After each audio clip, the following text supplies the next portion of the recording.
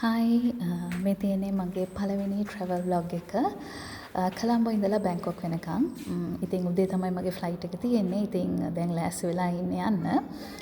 ඉතින් මේ ගමනේදී මුලින්ම අපි ශ්‍රී ලංකන් රුපීස් මාරු කරගත්තා USD වලට සහ thai baht වලට. ගොඩක්ම USD අපි පොඩි ප්‍රමාණය ඉඳලම මාරු කරගත්තා. ඒ වගේම thai baht නම් ටිකක් ලොකු මුදල් ඒකක වලින් තමයි අපි මාරු කරගත්තේ. ඒ වගේම ටිකට්ස් අපි ජූලි වගේ වෙනකොට බුක් කරා. ඒ කියන්නේ මාස දෙකකට විතර කලින්. මේ ගමන අපි අගෝස්තු 31 2025 අගෝස්තු 31 තමයි මම යන්නේ. ඉතින් ඔක්කොම කලින් ලෑස්ති කරගෙන අපේ බඩුත් අපි කලින්ම පැක් කරගෙන තිබුණේ.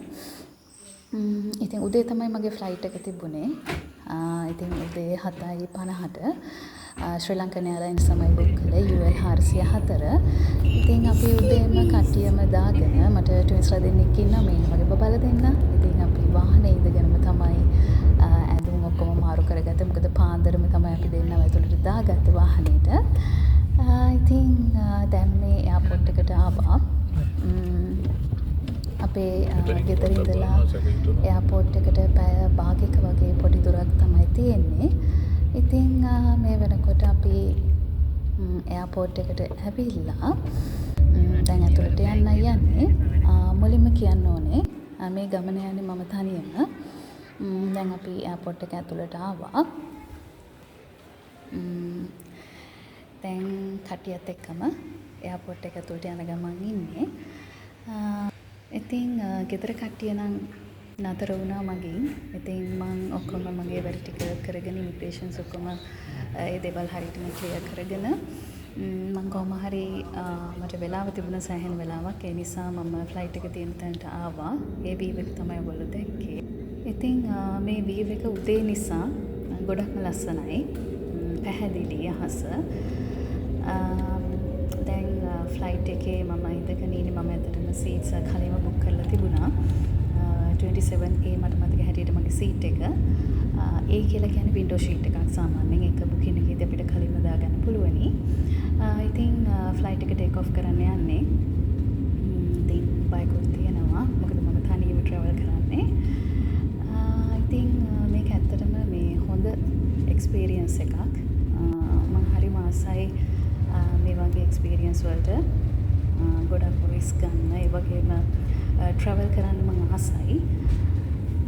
මේ තියෙන ෆ්ලයිට් එක ඇතුළ ඔක්කොම පහසුකම් තියෙනවා. හරිම කම්ෆර්ටබල්. ඉතින් ගෙදරත් හිත පොඩි දෙන්නවත් මතක් කරමින් තමයි මම ප්ලේන් එකේ ගොඩාක් බලාපොරොත්තු ඇතිව ඒ වගේම ගොඩාක් අදහස් ඉදේ තියාගෙන ගෙදර අයවත් මතක් කරමින් තමයි මෙහෙ වෙලාවෙ නම් හිටියේ. පොඩි බයකුත් දැනුණා. මේ දැන් ඇත්තටම මේ පහුවෙන්නේ අපේ ගෙවල් පාරට යන රූට් එකක් තමයි පහුවුනේ. ඉතින් උඩින්ම යද්දී හරිම එක්ස්පීරියන්ස් එක නම් ඇත්තටම වව්. මොකද මම ඇත්තටම වලාකුළු උඩ ඉන්නා වගේ තමයි මට හිතුනේ. එක්තරා මොහොතකදී ඇත්තටම හරිම ලස්සනයි. දේවරුව නිසා හස හරිම පැහැදිලි. ඉතින් වෙලාවකට මට හිතුණා මම ඇත්තටම මේ කොහෙද ඉන්නේ කියලා හිතුණ වෙලාවක් තිබුණා.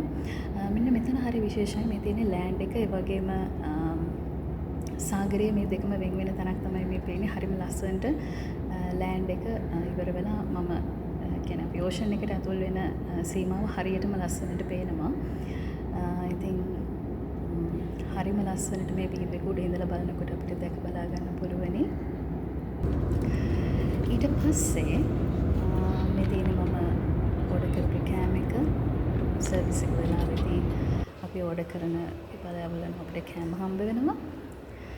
ඉතින් මේ තියෙන්නේ BKK එහෙම නැත්නම් බැංකොක් එයාපෝට් එක.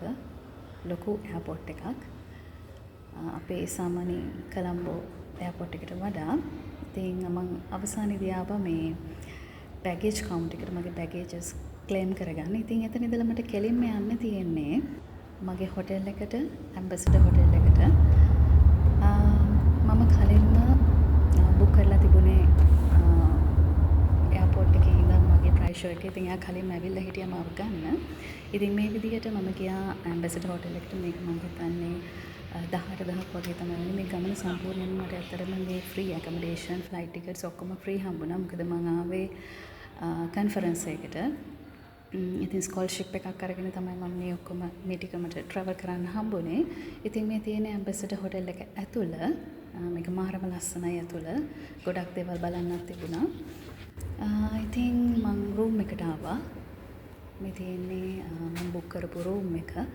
ඒක එච්චර ලොකු වීව් එකක් නම් තියෙන රූම් එකක් නෙවෙයි එළිය. නමුත් මට අවශ්‍ය වුණේ කොම්බර් කන්ෆරන්ස් එක තියෙන හොටෙල් එකේම එදා දවස නවතින්න. ඉතින් ඒ නිසා මම මේ හොටෙල් එකේම රූම් එකක් බුක් කරා. අවශ්‍ය කරන දේවල් නම් හැම පහසුකමක්ම තිබුණා. ඉතින් පහුවදා මගේ කන්ෆරන්ස් ඩේ එක දුන්හන්දි බිරියානි එකට ආව. මේක ඉන්දියන් එකක් ඇත්තටම මේ බිරියානි ෂොප් එකක්. මම එතෙන්ට ඇවිල්ලා රෑ කෑම අරගෙන පහුවදා මගේ කන්ෆරන්ස් එකට ලෑස්ති වෙන නිසා හොඳ නිින්දක් ලබාගෙන පහුවදා වැඩේට මගේ පුළුවන් උපරිමයෙන් ලෑස්ති වෙන්න පටන් ගත්තා. ඉතින් part 2 එකෙන් ඉතිරි වැඩ කටයුතු ටික කොහොමද උනේ කියලා අපි බලාගමු. මේ තියෙන්නේ කන්ෆරන්ස් බුක් එක. පහුවදා මගේ අතටපත් වෙන්න තිබුණා. ඉතින් කන්ට්‍රීස් ගොඩක් නියෝජනය වෙනවා මේ කන්ෆරන්ස් එකේ.